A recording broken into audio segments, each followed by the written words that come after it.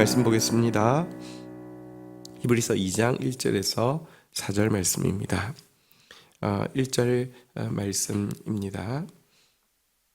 이러므로 우리는 들은 것에 더욱 유념함으로 우리가 흘러 떠내려가지 않도록 함이 마땅하니 예수님이 주신 큰 구원의 말씀, 여기까지 좀 보도록 하겠습니다. 1장에서는 예수의 우월성에 대해서 먼저 천사들과 비교할 수 없는 우월한 존재임을 증명했습니다. 자, 이런 예수의 복음을 받은 신자가 취해야 할 태도가 무엇인지를 지금 말하고 있는데요. 들은 것에 더욱 유념함으로 말미암아 흘러 떠내려가지 않도록 해야 한다. 이것이 마땅하다. 이렇게 이야기하고 있습니다. 우리는 그분을 경배하는 것이 마땅하고요. 그분을 통해서 받은 말씀을 더욱 유념하는 것이 마땅하고요. 여기 흘러 떠내려 간다라는 단어가 나왔는데요.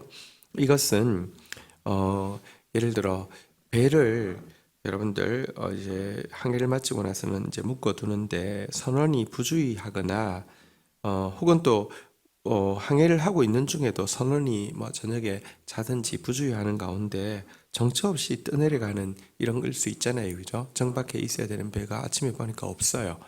줄을 잘 안 묶고 나서 어디로 갔는지 사라져 버리거나, 혹은 항해 중에 밤에 사람들이 잘 때 그 키를 제대로 하지 않고 자는 바람에 어디 있는지 위치를 모를 정도로 정처 없이 떠내려간 상태, 이때를 이야기하거나, 혹은 손에 반지를 끼고 있는데 부주의해서 어디 가다가 보니까 반지가 없어졌어요.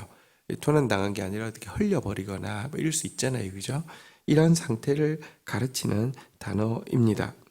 우리가 받은 보배로운 구원의 반지, 우리가 타게 된 보배로운 구원의 방주를 우리의 관심 부족과 부주의로, 또 우리에게 주어진 이 예수 그리스도의 이 복음을 유념하지 않으므로 흘려보내지 않도록 주의하고 집중해야 된다. 이런 말씀을 하고 있습니다. 왜냐하고 하면 예수님이 주신 이 말씀은요, 한번 따라하겠습니다. 큰 구원의 말씀, 큰 구원의 말씀이다 라고 이야기를 하고 있습니다. 큰 구원이라는 것은 이제 온전한 구원을 의미하고요. 이 말씀은, 예수 그리스도의 말씀은 온전한 구원을 준다, 이렇게 이야기를 하는 것입니다. 이것은 무엇과 비교하냐고 하면 예를 들면 이제 율법은 그거 자체로 온전한 구원을 줄 수 없습니다. 율법은 성경에서는 이제 초등교사와 같이 예수 그리스도에게 인도하기 위한 것이다. 구약은 예수 그리스도를 예표하고 인도하기 위한 것이라고 하면, 그래서 그것은 큰 구원, 다시 말하면 온전한 구원을 이룰 수 없고요. 그 자체만으로는. 그러나 예수 그리스도의 복음은 그 복음이 임함으로 말미암아 구약과 또 모든 선지자들의 가르침들이 다 그 의미를 찾게 되고, 이 말씀에 유념할 때 우리 가운데 온전한 구원이 이루어진다, 이렇게 이야기하고 있습니다. 그러하니 더욱 유념함이 마땅합니다. 2절 한번 보도록 하겠습니다. 천사들을 통하여 하신 말씀이 견고하게 되어 모든 범죄함과 순종하지 아니함이 공정한 보응을 받았거든.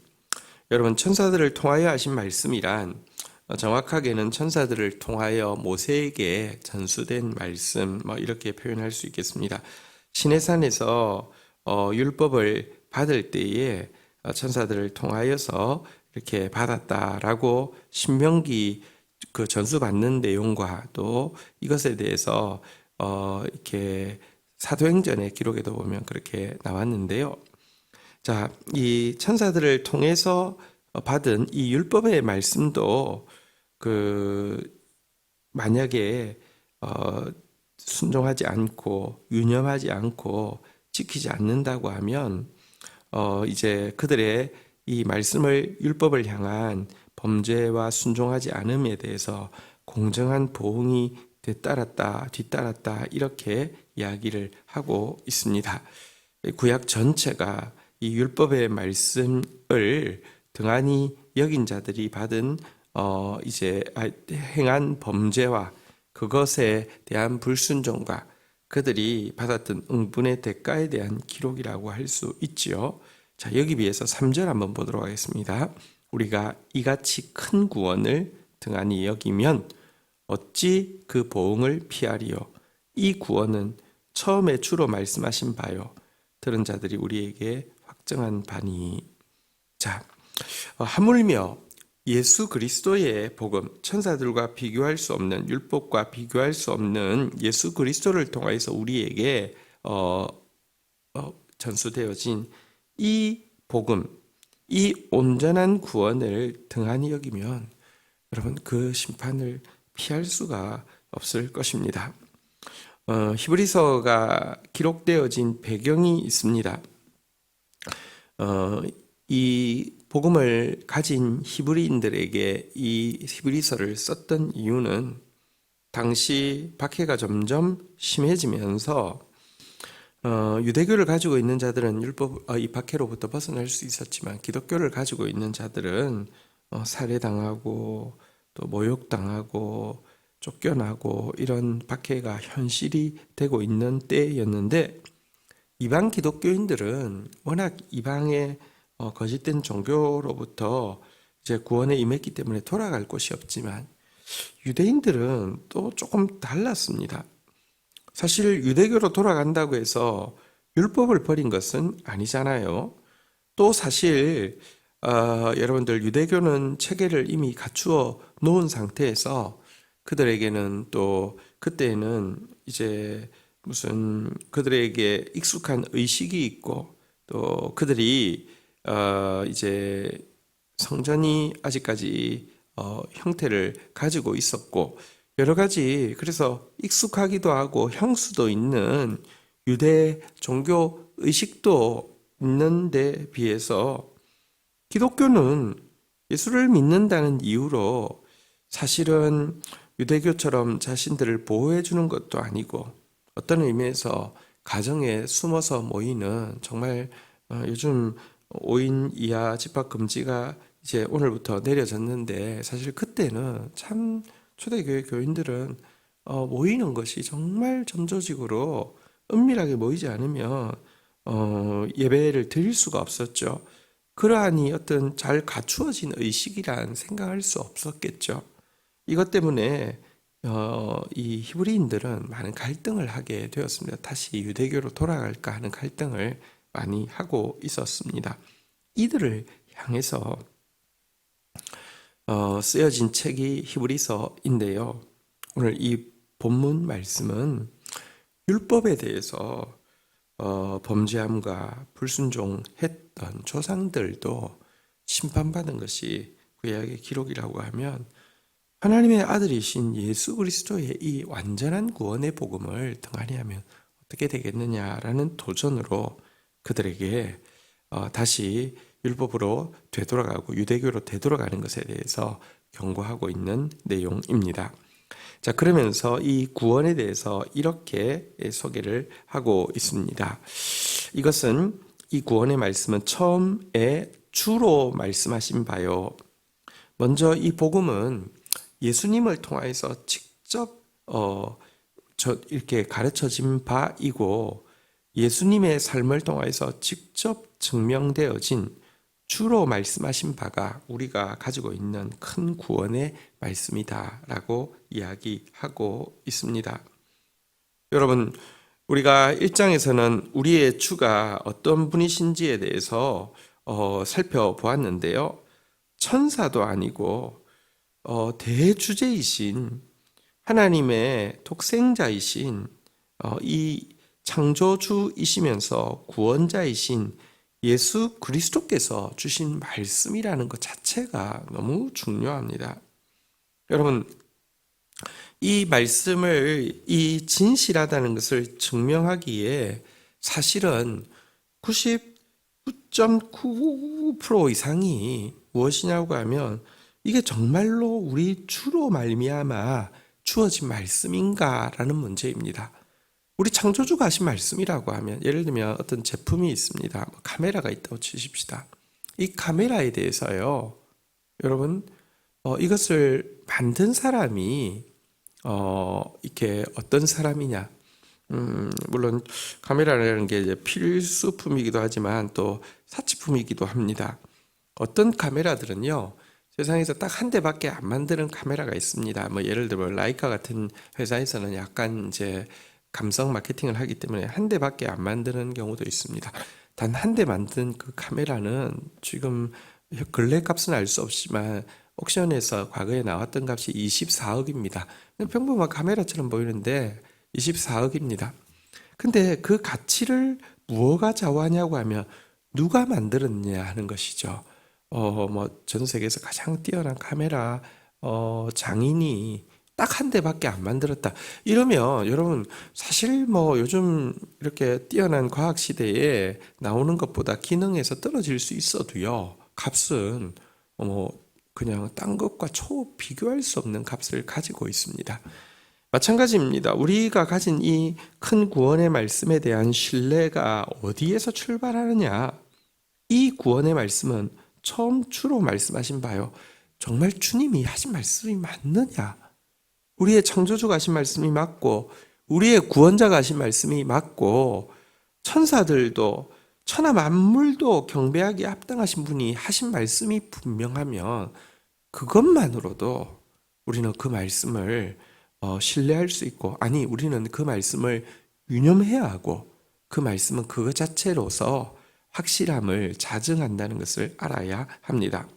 두 번째는요, 들은 자들이 우리에게 확증한 바이니, 이 복음이 정말 확실한가 하는 것은 예수 그리스도께서 하신 말씀이냐도 너무너무 중요한 것이지만, 두 번째 또 우리 입장에서 중요한 것이 있습니다. 이 복음을 받은 사람들이 전수함에 있어서 정말 진실하게 전수했는지 하는 문제입니다. 여러분, 구약도 율법을 받은 또 하나님의 계시의 말씀을 받은 선지자들의 그 삶과 싸움과 희생과 죽음이 그 말씀이 정말 그럴 가치가 있는지를 증명합니다.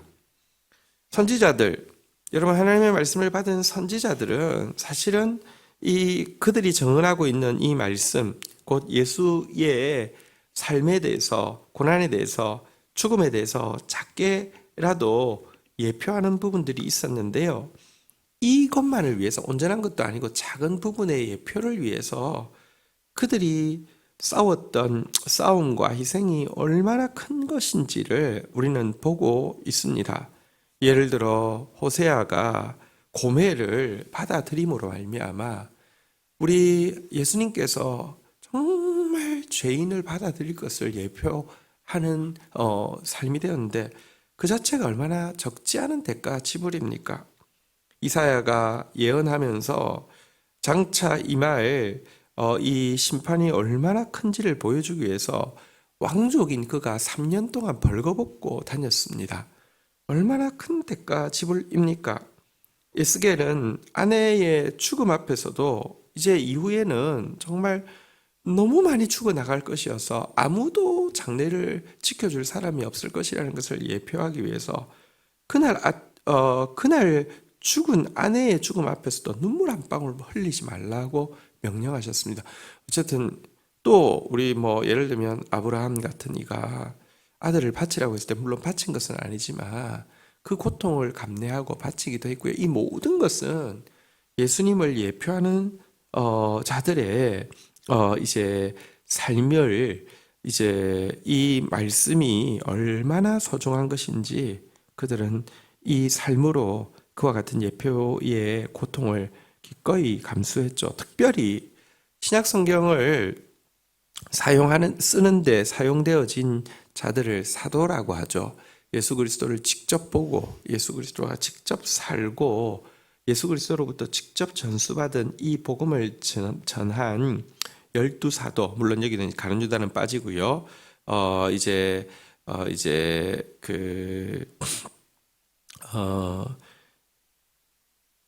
이 이제 새로 이제 한 사도가 들어가긴 했죠. 또 사도 바울을까지를 이제 사도라고 하는데요. 이들을 보면 이들이 이 복음을 증언함으로 말미암아 무슨 개인적인 이득을 챙겼습니까? 이들은 이 복음을 증언함으로 말미암아 사람에게는 아니지만 하나님께라도 뭔가 이제 내세울 공로를 세웠습니까? 아니요. 이 복음에 수종된 바울 같은 이는 전하면 전할수록 나는 죄인의 괴수라고 하나님의 은혜로 나의 나된 것은 은혜지. 주께서 주신 은혜가 헛되지 않아서 내가 더 많이 수고했지. 그럼에도 불구하고 더 수고했어도 내가 아니고 주의 은혜다라고 고백했습니다.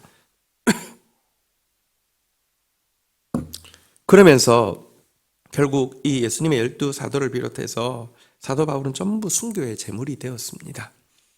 이들이 순교하면서까지 전한 이 복음, 이것이 정말 사도들이 전수한 복음이 맞다고 하면 그 자체로 이 복음은 가치가 있음을 유념해야 하고 순종해야 하고 큰 구원을 이룰 것을 믿어야 하는 가치가 있음을 증명해 준다, 이렇게 이야기를 하고 있습니다. 세 번째 4절 한번 볼까요? 하나님도 표적들과 기사들과 여러 가지 능력과 및 자기 뜻을 따라 성령을 나누어 주신 것으로서 그들과 함께 증언하느니라. 복음에는 세 번째 증언이 있습니다. 이것이 삼중 이제 증거, 복음이 진실함에 대한 상중 증명이라고 하는데요. 첫 번째는 주로 말미암았다는 것. 두 번째는 이 전수자인 사도들과 선지자들의 삶과 희생을 통해서 이 말씀의 진실함과 가치가 확정되었다는 것이라고 하면, 세 번째는 이 말씀을 받아들이는 개인들에게 하나님은 표적과 기사와 여러 가지 능력으로 이 능력으로 증언해 주신다라는 것입니다. 말씀이 들어오면 그것은 표적과 기사와 능력을 일으키게 됩니다. 이것은 우리에게 정말 기적이 일어나고 혹은 또 신유가 일어나고 또 감당할 수 없는 상황을 감당할 수 있게 하는 능력이 뒤따르게 되는 것을 의미합니다. 실제 그런 부분들이 있습니다. 그런 부분이 없었다고 하면 어떻게 복음이 우리 각 개개인들에게 미쳐서 지금까지 이룰 수 있었겠습니까? 분명히 이런 부분들이 있습니다.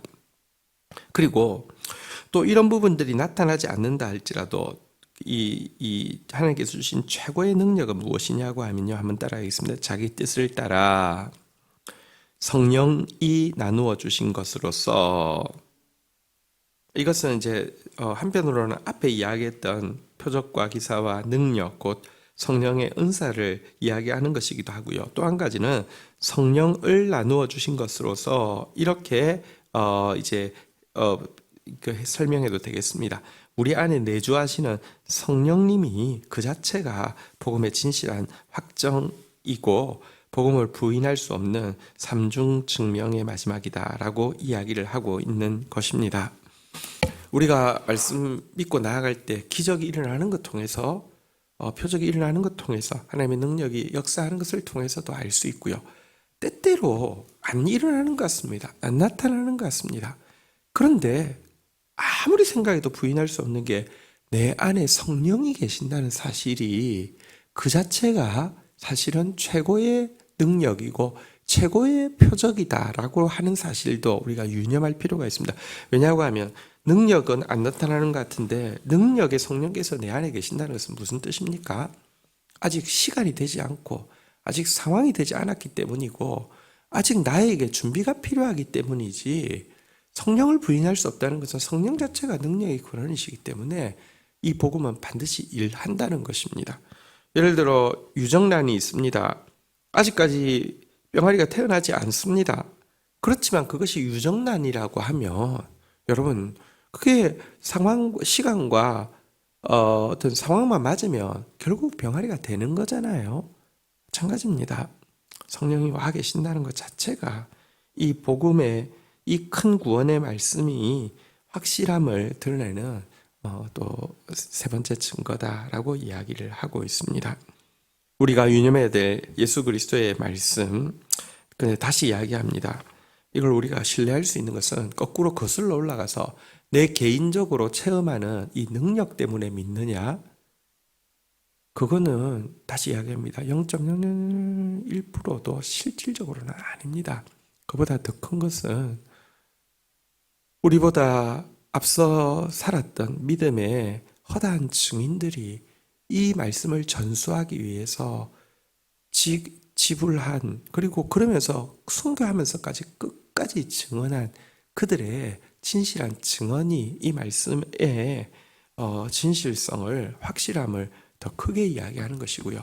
우리는 아직까지 삶을 살아가고 있고, 우리는 한 부분에서 삶을 살아가고 있지만 허다한 이 복음과 관련되어진 말씀의 증인들이요, 살아내고 증언했던 그것이, 성경에 기록된 그것이 더 크다는 것입니다. 그리고 그것과도 비교할 수 없는 것, 주께서 친히 말씀하셨다는 사실 자체가 이 말씀의 확실함을 증언하는 것입니다. 우리가 기억해야 합니다. 주님이 약속하신 약속과 주님 자체가 괴리가 되어 보일 때가 있습니다. 사실은 주님의 약속과 주님 자체를 뗄 수 없습니다. 그러나 주님의 약속하신 것과 주님 자체가 괴리가 되어 보일 수 있습니다. 이것은 전에도 앞에서도 말씀드렸지만 성령의 능력과 성령이 괴리가 되어 보이는 것과도 비슷한 것인데요. 이때도 기억해야 합니다. 주님이 말씀하신 것과 주님 자체의 괴리가 있을 때 우리가 잡아야 할 것은 주님 자체입니다. 왜냐고 하면 그 말씀은요, 우리의 하나님의 가장 좋은 때에 가장 좋은 방법으로 가장 우리에게 유익하게 이루어지는 것이고, 그것은 이루어질 것인데, 괴리가 있어 보일 때에도 말씀을 잡는 것, 이것이 중요합니다. 아브라함에게 하나님께서 말씀하시고는 그 일을 이루어 가셨습니다. 그러니 그가 따라올 수 있었죠. 그렇지만 결정적인 순간에는 어쩐 의미에서 아브라함에게 지금까지 하신 말씀의 핵심이 무엇입니까? 아들 주겠다는 거잖아요. 근데 준 아들을 바치라고 합니다. 그러면 그것은 어떤 의미에서는 하나님이 주신 말씀 자체를 부인하게 만드는 일이잖아요. 이 일 앞에서 여러분들 거슬러서 신앙생활을 했다고 하면, 나는 당신이 하신 말씀이 이루어진 것 보고 내가 당신을 믿습니다 라고 했다고 하면 아브라함은 그 순간 하나님을 떠났을 것입니다. 지금 이렇게 요구하는 것은 당신이 하신 말씀 자체를 위배하는 것이고 당신의 말씀으로부터 괴리되어지는 것이기 때문에 나는 그런 하나님은 믿을 수 없고 그런 하나님은 내가 떠납니다, 빠이빠이 했겠죠. 근데요, 꼭 우리 인생에 주님과 주님의 말씀을 분리시키게 하는 때가 온단 말입니다. 왜냐하면 그래야지만, 보세요, 아버지가 올 때마다 아이에게 선물을 줍니다. 그래서 아버지 오는 것을 너무 좋아합니다. 그러면 아이는 아버지를 좋아하는 것입니까? 아버지의 선물을 좋아하는 것입니까? 두 가지 다입니다.